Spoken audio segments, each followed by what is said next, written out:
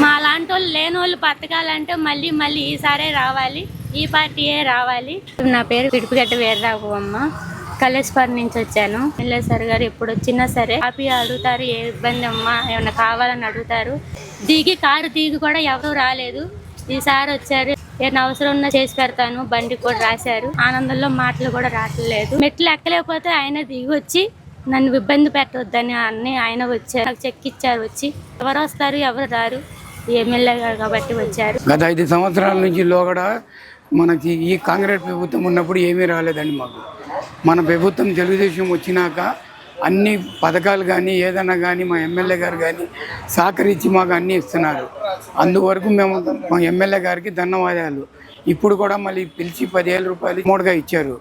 మనం తెలుగుదేశం పార్టీ ఇట్టాగే ముందుకు సాగాలని అభినందించి సెలవు తీసుకుంటున్నాం. నా భర్త చనిపోయాడు. బీ4 కుటుంబం కింద ఎమ్మెల్యే గారు సాయం చేస్తానని నాకు ఈరోజు 20,000 అందించారు.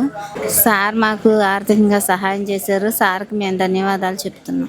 మేము కొద్దిగా శ్రమస్సుల్లో ఉన్నప్పుడు మరి మా ఇంటికి వచ్చి మా సమస్య తెలుసుకున్నారు. తెలుసుకున్న వెంటనే మరి మాకు ఏదో ఒకటి సాయం చేస్తానన్నారు. మరి ఆయన మాట నిలబడి సాయం చేశారు. మరి మాకు అవసరతలను ఆయన మరి వచ్చి అడిగి మరి మాకు ఇలా 10,000 రూపాయలు సాయం చేశారు. మరి ఎమ్మెల్యే గారికి ధన్యవాదాలు. అందరికీ నమస్కారం సార్. మాది కాజా మండలం సార్, మందపాలెం మాది. అయితే రీసెంట్గా మా వారు చనిపోయారు. పిల్లకి ఫీజు కట్టాలి, బీఎస్సీ నర్సింగ్ చదువుతుంది. నాకు 3 ఆడపిల్లలండి. నాకు చాలా ఇబ్బందిగా ఉండి సారు మా ఊరు వచ్చినప్పుడు నేను అడిగితే సహాయం చేస్తానమ్మా అన్నారు.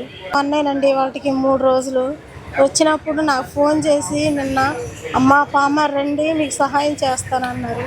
10,000 మాకు సహాయం చేశారండి. మా పాపకు ఫీజు కట్టుకుంటాకు ఉపయోగపడుతుంది. చాలా థ్యాంక్స్ అండి సార్కి.